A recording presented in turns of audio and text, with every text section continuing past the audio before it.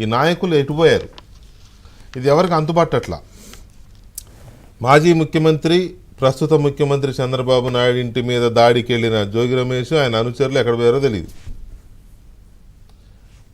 Telugu Desam party office మీద దాడి చేయించారని పోలీసులు ఎఫ్ఐఆర్ వేసిన వాళ్ళలో ఒక నందిగం సురేష్ ఒక్కడనే అరెస్ట్ చేశారు. తలసిల రఘురామ్ కానీ లేకపోతే దేవినేని అవినాష్ కానీ లేళ్ల అప్పిరెడ్డి కానీ వీళ్ళు ఎక్కడున్నారో తెలియదు. నిజంగానే ఆంధ్రప్రదేశ్ పోలీసుల కళ్ళు కప్పి తెలుగు రాష్ట్రాల్లోనే తిరుగుతున్నారు అనుకోవాలా వీళ్ళని? ఇది ఉదాసీన వైఖరి అనుకోవాలనా లేకపోతే పోలీసుల వైఫల్యం అనుకోవాలా? ఇంకా చాలామంది ఉన్నారు. ఇంకా చాలా కేసుల్లో చాలామంది నాయకులు ఆల్రెడీ ఆ ఏపీ వదిలేసి ఎక్కడో తిరుగుతున్నారు.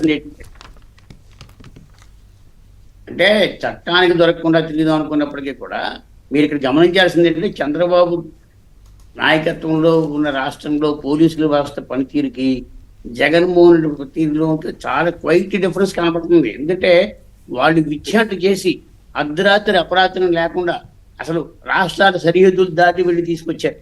కానీ ఇవాళ చట్టానికి దొరకాల్సి వస్తుంది, చట్టం పరిధిలో మనం ఇరుక్కుంటామని వాళ్ళు రాష్ట్రాలు దేశాలు తిరుగుతున్నారు. అంటే భయం అనేది ఒకటి బాగా క్రియేట్ చేయగలిగారు. అంటే జగన్మోహన్ రెడ్డి చేసిన దుర్మార్గాలకి సహకరించిన పోలీసులు కూడా ఇవాళ దూకుడుగా వెళ్ళే పరిస్థితి లేదు. చట్ట ప్రకారం పోవాల్సిందే.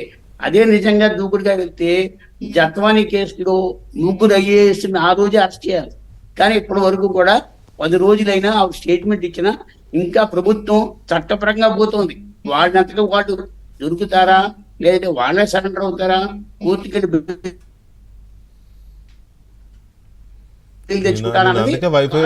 విషయం రాష్ట్ర ప్రభుత్వం యొక్క ఉదాసీనత అనుకోక వాడు they are giving a long rope.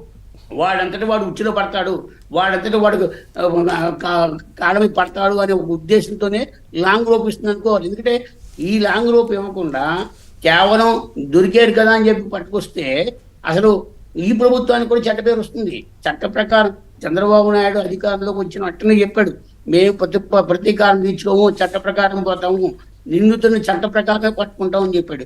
కాబట్టి దట్ లాంగ్ రోప్ ఇస్తున్నాడంటే అది యొక్క ప్రభుత్వం యొక్క ఉదాసీనత అనుకోకూడదు. ఎందుకంటే ఇప్పుడు ఒకప్పుడు తెలంగాణలో ఉమ్మడి ఆంధ్రప్రదేశ్లోకి ఎవరినైనా తీసుకెళ్లాలంటే మహారాష్ట్ర పోలీసులు వచ్చినప్పుడు కూడా కన్సర్న్ స్టేషన్కి వెళ్ళి సమాచారం ఇచ్చి తీసుకెళ్ళేవారు.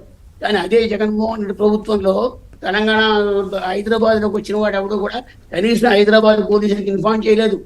అది మీరు రఘురామకృష్ణరాజు కేసు అవ్వనివ్వండి, మన TV5 బిఆర్ నాయుడు గారి కేసు అవ్వనివ్వండి, లేదంటే A1 తెలుగు రవిశంకర్ కేసు అవ్వనివ్వండి, వాళ్ళు హైదరాబాద్ దాటి ఎక్కడ రింగ్ రోడ్ దాటే వరకు వాళ్ళు అసలు ఎవరు తీసుకెళ్తున్నారో తెలిసేది కాదు. అంటే చట్టాన్ని అతిక్రమించడంలో కానీ చట్ట పరిధిలో లేకుండా చేయడంలో కానీ జగన్మోహన్ రెడ్డికి సహకరించారు పోలీసులే. ఇప్పుడు ఆ పోలీసులే ఉన్నారు, ప్లేసులు మారినా వాళ్ళే ఉన్నారు. వాళ్ళు ఇప్పుడు చేసిన పని ఏంటి? ఈ చట్టాన్ని తమ చేతుల్లోకి తీసుకోవడానికి చంద్రబాబు నాయుడు ఒప్పుకోలేదు కాబట్టి చట్ట పరిధిలో ఎత్తున్నాడు. ఇవాళ కదా రేపటికైనా వాళ్ళు ఒకవేళ పోలీసులు దొరకకపోయినా వాళ్ళ మీద చేసిన FIRలు కానీ ఛార్జ్షీట్లు కానీ కోర్టుకెళ్ళి లొంగాల్సిన పరిస్థితే ఉంది. ఇప్పుడు లుక్అవుట్ కేసు ఇవ్వగానే దేవినేని అవినాష్ అంటూ హైదరాబాద్ పోలీసులు పట్టుకున్నారు, లేదా హైదరాబాద్ ఎయిర్పోర్ట్లో పట్టుకున్నారు. కాబట్టి చట్ట పరిధిలో తప్పించుకోవడానికి వీళ్ళకి ఏమాత్రం అవకాశం లేదు. ఒకవేళ ఉన్నా కూడా తాత్కాలికమైన అవకాశం ఇది. ఒకసారి దొరికిన తర్వాత స్టేషన్ కంటే చాలా మంది అనుకుంటారు బయట తిరగడం కంటే స్టేషన్లో బెటర్ని, అయితే కొంతమంది స్టేషన్లో కంటే జైల్లో బెటర్ అనుకుంటారు. వీళ్ళు శాశ్వతంగా జైలుకి వెళ్ళే ఉద్దేశంలో ఉన్నారు కాబట్టి తప్పించుకు తిరుగుతున్నారు. ఎన్ని రోజులు తప్పించుకోగలరు? ఒక FIR వేసిన తర్వాత, లుక్అవుట్ కేసు ఇచ్చిన తర్వాత ఎక్కడో ఒక దేశంలో నడుమూళ్ళు ఎక్కడో దొరుకుతారు. కాకపోతే వాళ్ళంతటా వాళ్ళు వచ్చి ఒకవేళ కోర్టులో సరెండర్ అయిపోతే వాళ్ళకి కాస్త భద్రత ఉంటుంది. ఇప్పుడు తిరగడం వల్ల ఏముండదు. జగన్మోహన్ రెడ్డి వీళ్ళలో ఏ ఒక్కరిని రక్షించడు. ఏ ఒక్కరికి పార్టీలో నిజంగా ఏదైనా జరిగినాకెళ్ళి మీరు పిన్నెల రామకృష్ణారెడ్డి ఎక్కడో ఎలక్షన్ కమిషన్ పెట్టిన కేసులో ఆయన నెల్లూరు జైలుకి వెళ్ళి పలకరించాడు. అప్పుడు ఆయన ఉద్దేశం ఏంటి? ఒక మెసేజ్ ఇచ్చాడు. కానీ అదే ఒక సాధారణ వ్యక్తిని అరెస్ట్ చేసినప్పుడు వెళ్ళి అడుగుంటే అతనికి వచ్చే సింపతి వేరు, ఒక నిందితుడిని అరెస్ట్ చేయడానికి వెళ్తే వచ్చే సింపతి వేరు. జగన్మోహన్ రెడ్డిని హైదరాబాద్ జైల్లో పెట్టినప్పుడు అదే తెలుగుదేశం పార్టీ అదే కాంగ్రెస్ పార్టీలోంచి దండోపదండాలకు వస్తే అసలు ములాఖతులకు లెక్క లేకుండా పోయింది. అప్పటి అధికారులు, పోలీసు అధికారులు, ఇందాక మీరు చెప్పిన పోలీసు అధికారి ఎన్నిసార్లు మొడకట్టించామో తెలియదు. అదే చంద్రబాబు దీంతో నాయుడు పాటు